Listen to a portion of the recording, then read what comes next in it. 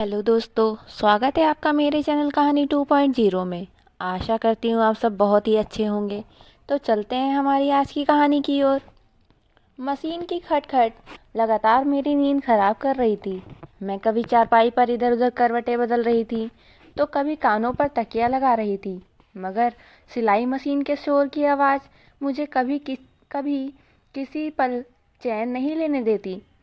ऊपर से सूरज ठीक सर पर आ खड़ा हुआ था और उसकी बढ़ती हुई गर्मी माहौल में हमस बना रही थी।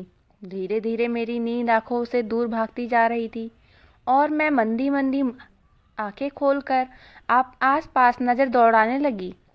रोज की तरह मेरी माँ तख्त पर बैठी सिलाई मशीन पर लगी हुई थी। कमजोर निगाह का मोटा चश्मा आंखों पर टिका हुआ था जो बार बार फिसलकर नाक पर अटकता था और निगाहें मशीन पर जमी हुई थी। यह सब घर का रोज का रूटीन था कि मेरी माँ सुबह सवेरे ही सिलाई मशीन लेकर बैठ जाती थी और फिर मेरी माँ होती थी और उनकी सिलाई मशीन होती थी। सिलाई मशीन बहुत पुरानी हो चुकी थी। उसकी खटपट की आवाज़ पूरे घर में गूंजा करती थी और रोजाना ही यह आवाज़ मेरी नींद तोड़ दिया करती थी।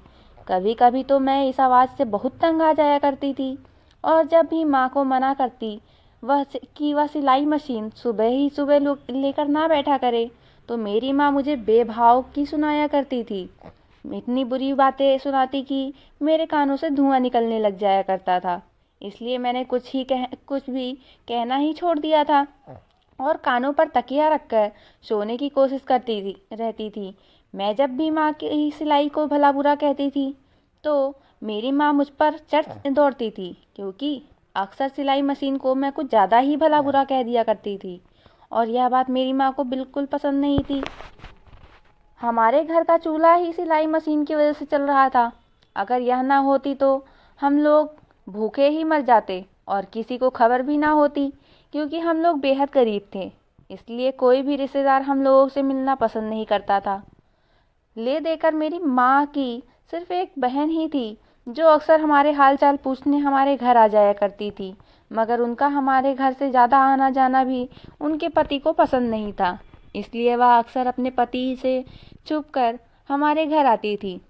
मेरी यह मासी मेरी माँ की छोटी बहन थी।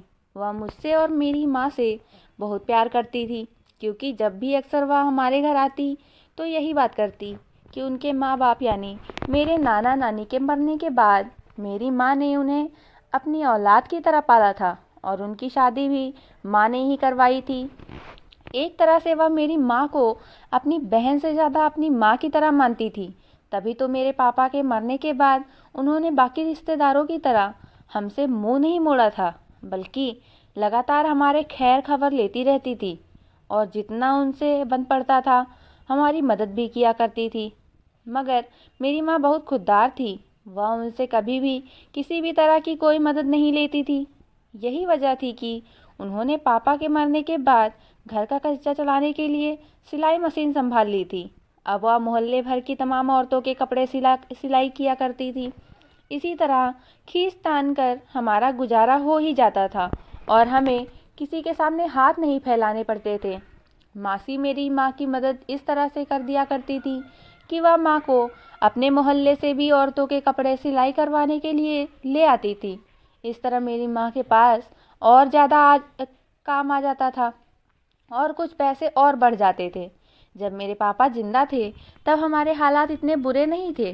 पापा कहीं से भी कमा कर ले आते थे और घर का चूल्हा जल जाया करता था। मगर फिर पापा को एक लाइलाज बीमारी ने आ घेरा, जिसने देखते ही देखते पापा को दीमक की तरह चाट लिया। पापा दिन ब दिन कमज़ोर होते जा रहे थे और सेहत गिरती जा रही थी। पहले जो कभी उनकी सेहत बहुत अच्छी हुआ करती थी, अब कुछ ही महीनों में वह हड्डियों का ढांचा बंद हो गए थे। माँ उनकी यह हालत देख देख कर अंदर ही अंदर दुख से तड़पती रहती थी, मगर पापा ने फिर भी इस हालत में भी कमाना नहीं छोड़ा था। वह अपनी जिम्मेदारी पूरी कर रहे थे। धीरे धीरे पापा की तबीयत जब ज़्यादा खराब हो गई तो उनकी हिम्मत जवाब दे गई। अब वह बिस्तर से उठने के लायक भी नहीं रहे थे। मैं और माँ उनकी यह हालत देखकर छुप छुप कर रोया करते थे। जिस कदर पापा तकलीफ में थे, इस दुनिया से गए थे, हम उनके लिए बस भगवान से प्रार्थना ही कर सकते थे कि हे भगवान, अब उनकी मौत आसानी से हो जाए, क्योंकि उनकी यह हालत देख देख कर हमारा दिल बहुत तड़पता था। और फिर एक दिन ज़िंदगी ने पापा से मुंह मोड़ लिया और मौत पापा पर मेहरबान हो गई। वह दिन हमारे लिए कयामत का दिन था। हमारा एक लौता सहारा इस दुनिया से चला गया था। पापा के जाने के बाद मैं और माँ बिल्कुल ही खाली हाथ रह गए थे। घर में जो भी जमा पूंजी थी वह सब पापा की दवाइयों पर लग चुकी थी। अब हमारे पास घर में फूटी कौड़ी भी नहीं थी। ऐसे में मेरी मासी ने ही हमारी बहुत मदद की थी। उन्होंने अपने घर से ही सिलाई मशीन लाकर मेरी माँ को दी थी, ताकि इस समय हमारे घर का चूल्हा जलता रहे। एक ये वजह भी थी कि हम लोग मासी की बहुत कदर किया करते थे, क्योंकि एक वही हमारी इकलौती रिश्तेदार थी जो बुरे समय में भी हमारे काम आई थी, वरना सारे अपनों ने हम लोगों से मुंह मोड़ लिया था। एक दिन मासी खुशी खुशी हमारे घर आई और माँ को बताया कि उन्होंने मेरे लिए एक बहुत अच्छा रिश्ता तलाश किया है। उन्होंने अपनी किसी मोहल्ले की सहेली से मेरे रिश्ते का चर्चा किया था।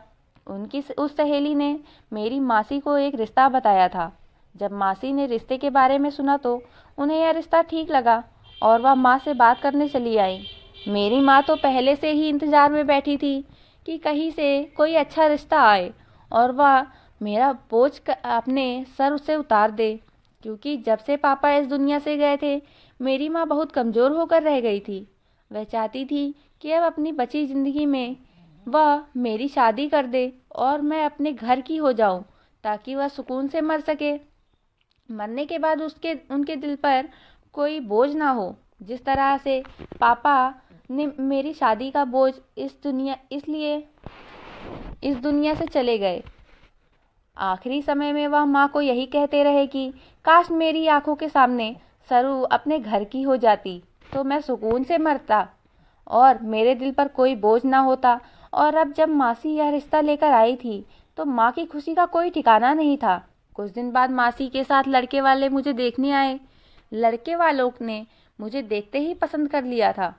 माँ ने कोई लगी लुप्त रखे बगैर उन्हें सब अपने घर के हालात बता दिए थे कि हम लोग ज़्यादा दहेज नहीं दे सकते। मेरे पति के मरने के बाद घर की सारी जमा पूंजी खत्म हो गई है और अब जो भी है मैं कमाती हूँ, उसी से मैं अपने घर का गुजारा करती हूँ। माँ की बात सुनते ही लड़के वालों के माथे पर बल पड़ गए। उनके बदलते हुए हाव भाव देखकर माँ ने उनसे कहा कि वह फिर भी अपनी हैसियत से बढ़कर ही दहेज का इंतजाम करेगी। इस बात पर वह लोग थोड़ा खुश हो गए थे। इस तरह मेरा रिश्ता तय हो गया और कुछ महीनों बाद शादी की तारीख रख दी गई। यह समय भी मेरी माँ ने उनसे बहुत ही मुश्किलों से लिया था, वरना वह लोग तो 1 महीने में ही शादी की तारीख मांग रहे थे। इतनी जल्दी शादी करने के लिए मेरी माँ के पास कोई भी सामान मौजूद नहीं था, इसलिए माँ ने उनसे कुछ महीने का समय मांगा। धीरे धीरे दिन गुजरते जा रहे थे और शादी का दिन करीब आता जा रहा था। मेरी शादी के लिए पैसों का इंतजाम कहीं से भी नहीं हो पाया था।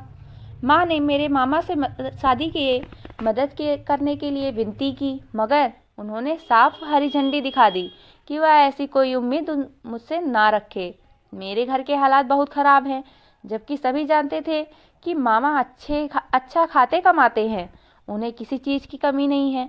वह चाहते तो मेरी शादी का पूरा खर्चा भी उठा सकते थे, मगर उन्होंने ऐसा नहीं किया।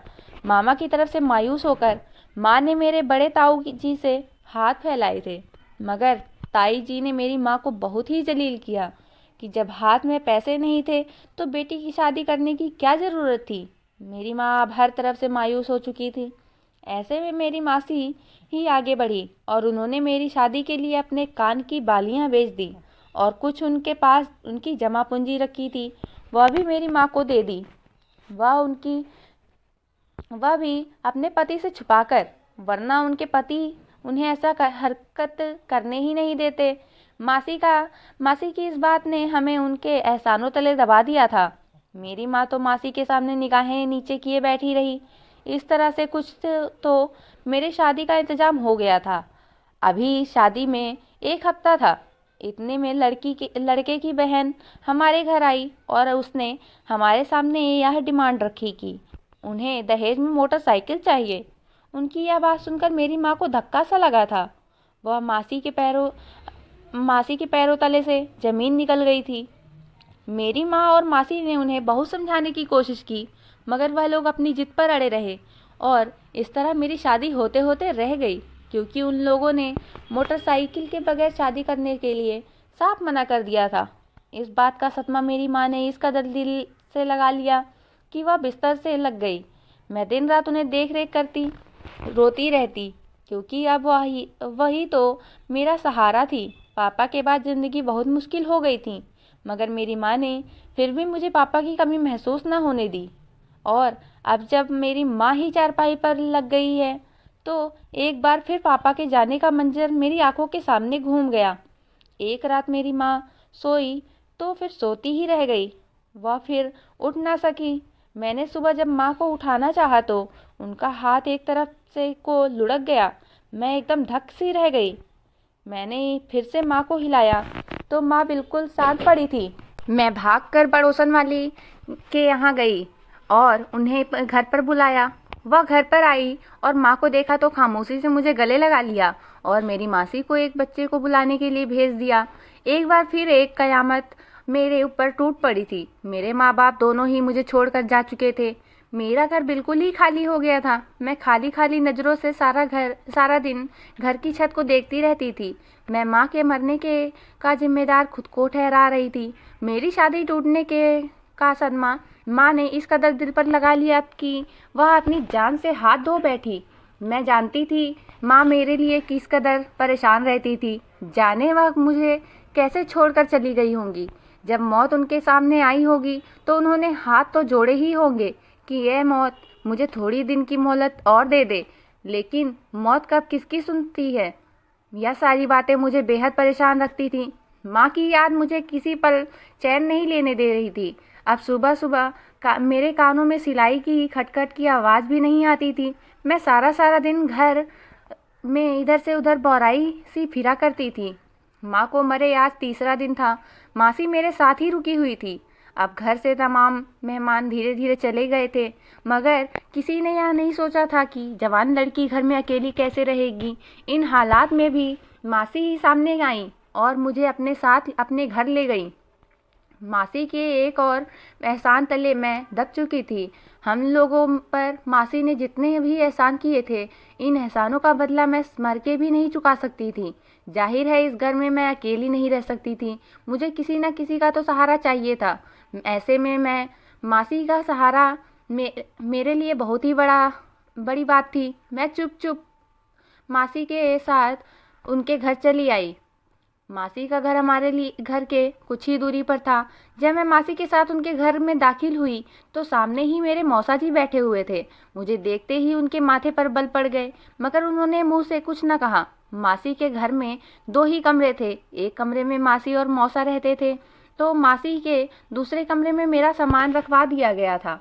मेरे पास सामान ही क्या था, बस कुछ जोड़ी कपड़े थे पहनने के लिए। इसके अलावा मेरे पास कोई सामान नहीं था। नए कमरे में आ गई तो मासी भी अपने कमरे में चली गई। कुछ देर बाद मासी के कमरे से उनके लड़ने की आवाज़ आ रही थी।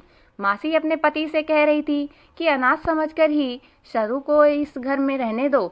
हे भगवान, आपको इसके बदले कोई अच्छा फल देगा। मगर उनको मैं किसी भी सूरत में राजी नहीं हो रही थी। कुछ देर तक उनके लड़ने की आवाज़ आती रही और मैं दूसरे कमरे में परेशान बैठी रही। अगर मैं यहाँ से भी निकाल दी गई तो मैं कहाँ जाऊँगी। मेरे पास तो इस घर के अलावा कोई दूसरा ठिकाना भी नहीं था। कुछ देर बाद मौसा जी घर से बाहर चले गए। उनके जाने के बाद मैंने मासी से पूछा, क्या उन्हें मेरा इस घर में आना पसंद नहीं आया? तो मासी ने निगाहें चुराते हुए कहा, ऐसी कोई बात नहीं है सरू, हम लोग किसी और बात पर लड़ रहे थे। तुम्हें परेशान होने की ज़रूरत नहीं है। अब तुम इसी घर में रहोगी। यह सुनकर मुझे थोड़ा सुकून हुआ था। दिन धीरे धीरे गुजरते जा रहे थे। अब मैं मासी के साथ उनके घर में ही रहने लगी थी। उस दिन के बाद से मौसा जी को दोबारा मासी से कुछ कहते नहीं सुना था। उनका व्यवहार भी मेरे साथ ठीक हो गया था। वह मुझे घर से निकालने के लिए नहीं कहते थे और इतना मेरे लिए इतना भी काफ़ी था। मैं जो अपने घर से हिलकर काम नहीं करती थी, मासी के घर की पूरी जिम्मेदारी मैंने संभाल ली थी। हालांकि मासी मुझे घर का काम करने से मना करती थी और फिर भी मैं काम में लगी रहती थी, क्योंकि मुझे अच्छा नहीं लगता था किसी के घर में रहकर आराम से बैठकर खाऊं। इसलिए मैं दिन भर काम करती रहती थी। एक रात मैं सो रही थी जब मुझे मासी और मौसा जी के कमरे से लड़ने की आवाज़ आने लगी। मैंने उन आवाज़ों पर गौर किया तो मुझे उनकी लड़ाई के बीच अपना नाम सुनाई दिया। मैं परेशान हो गई कि कहीं मौसा जी मुझे इस घर से निकालने का तो नहीं कह रहे होंगे। मगर फिर कुछ देर बाद सारी आवाज़ आनी बंद हो गई। मगर फिर उसके बाद मुझे सारी रात नींद नहीं आई। बेघर होने का डर मेरे दिमाग में पंजे गड़ा के बैठा था। पूरी रात मैंने जागते हुए आंखों में काट दी। मुझे एक पल के लिए भी नींद नहीं आई।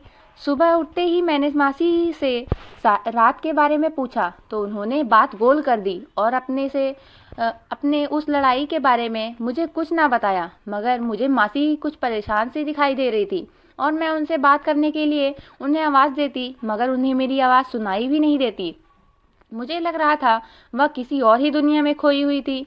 अब हर दूसरे तीसरे का दिन का रूटीन हो गया था कि मासी और मौसा जी के लड़ने की आवाज़ आती और साथ में मुझे मेरा राम भी सुनाई देता। मगर वह किस बात पर लड़ते थे, इस बात की समझ मुझे ना आ सकी।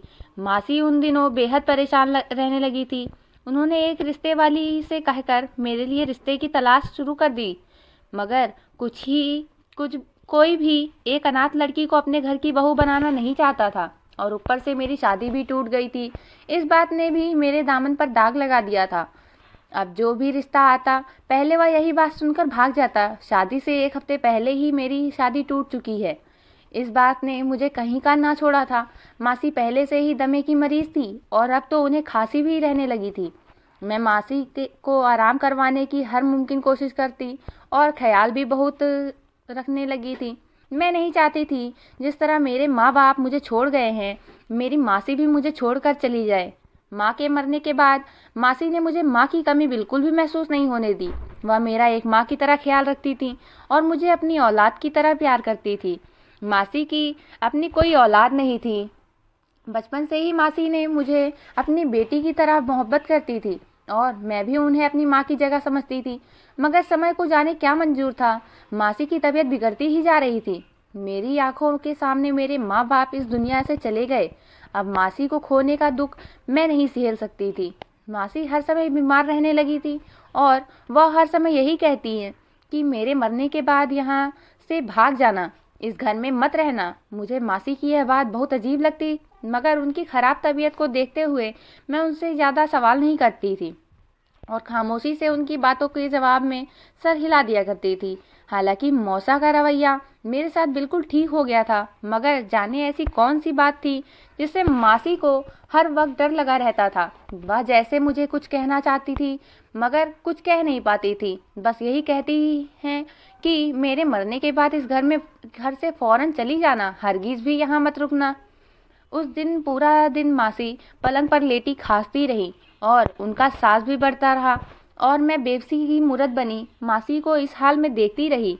मासी ने मुझे अपने पास बुलाकर मुझे एक बार फिर वादा लिया कि मेरे मरने के बाद यहाँ मत रुकना। उनके मुंह से मौत का नाम सुनकर मेरा दिल दहलने लगा। मैं अब अपनी ज़िंदगी में इतना बड़ा सदमा बर्दाश्त नहीं कर सकती थी। मगर किस्मत पर कब किसका जोर चलता है। मैं भी अपनी किस्मत के सामने बिल्कुल बेबसी थी और मेरी ही आंखों के सामने मेरी मासी ने दम तोड़ दिया। एक बार फिर एक और कयामत मुझ पर टूटी थी, मगर हर बार की तरह मेरी ज़िंदगी रही। मेरे सारे रिश्ते एक एक करके इस दुनिया से चले गए थे, मगर मैं जिंदा थी। उस समय मैंने भी अपनी मौत की दुआ मांगी थी। मासी के अंतिम संस्कार के बाद मैं सोच रही थी कि मुझे इस घर में रहना चाहिए या नहीं, मगर मैं कोई फैसला नहीं कर पा रही थी कि मुझे क्या करना चाहिए। अगर मैं इस घर से निकल जाऊं तो कहाँ जाऊंगी? इस भरी दुनिया में तो अब मेरा कोई भी नहीं रहा था।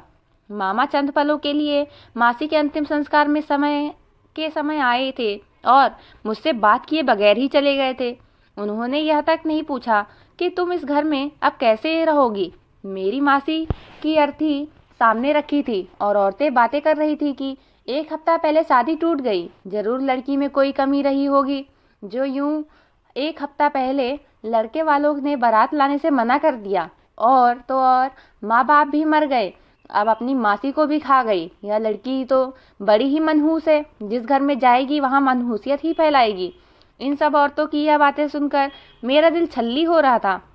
वह औरत अपनी जुबान से किसी को भी जान से मारने का हुनर रखती थी। मैं बस खामोश बैठी उन औरतों की बातें सुन रही थी और अपनी किस्मत को कोस रही थी। रात गहरी होती जा रही थी। घर से तमाम मेहमान धीरे धीरे जा चुके थे। मौसा जी भी अभी तक घर नहीं आए थे। मुझे उनके घर आने से पहले पहले उस घर से निकलने का फैसला करना था और मैंने फैसला कर लिया था कि मैं मासी की बात ज़रूर मानूंगी और यह घर छोड़कर कहीं भी चली जाऊंगी। आखिर मासी ने इतनी बड़ी बात कही थी तो कुछ सोचकर ही कही होगी, वरना तो वह मुझे माँ से बढ़कर भी चाहती थी। यूँ बिना किसी वजह के मुझे अपनी मौत के बाद बेघर नहीं कर सकती थी।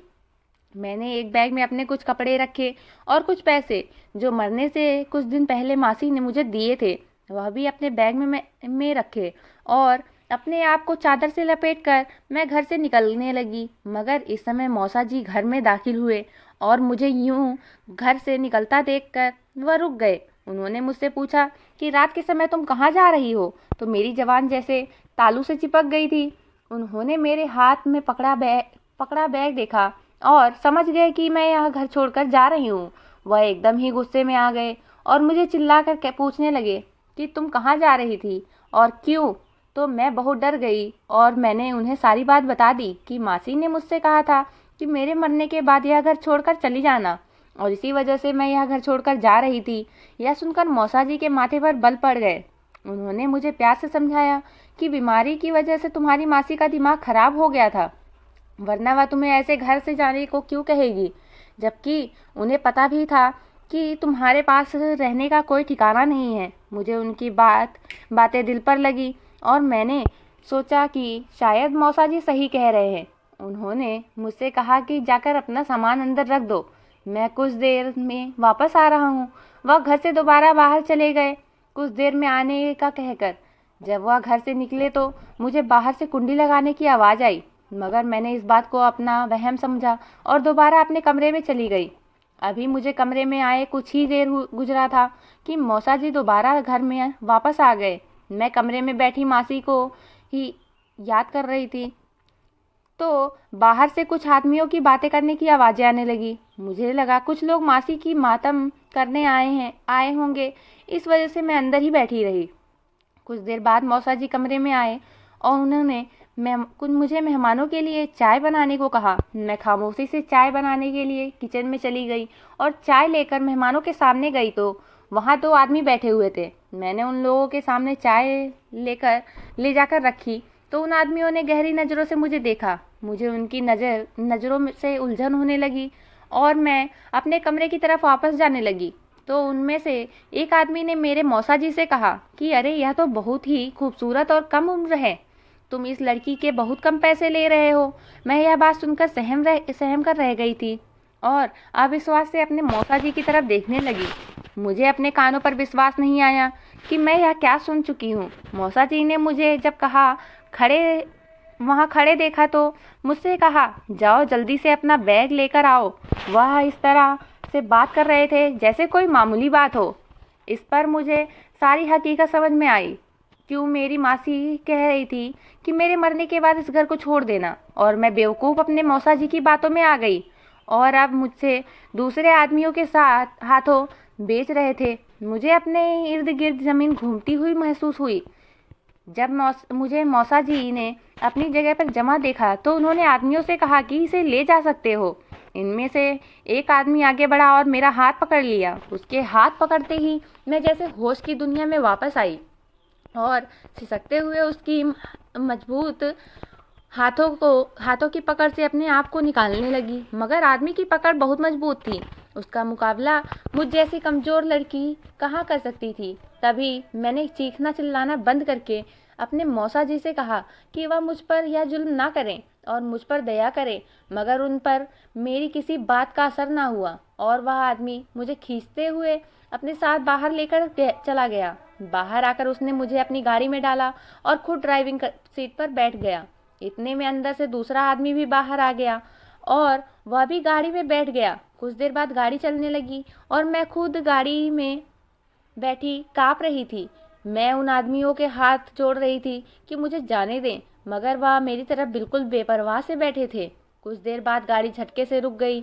बातों से अंदाजा हुआ कि उनकी गाड़ी का टायर फट गया है। दोनों आदमी उतरकर अपनी गाड़ी को देखने लगे। जैसे ही उनकी आंख बटी, मैं मौके को धन्य मानते हुए उनकी गाड़ी से उतरकर सड़क पर अंधाधुंध भागने लगी।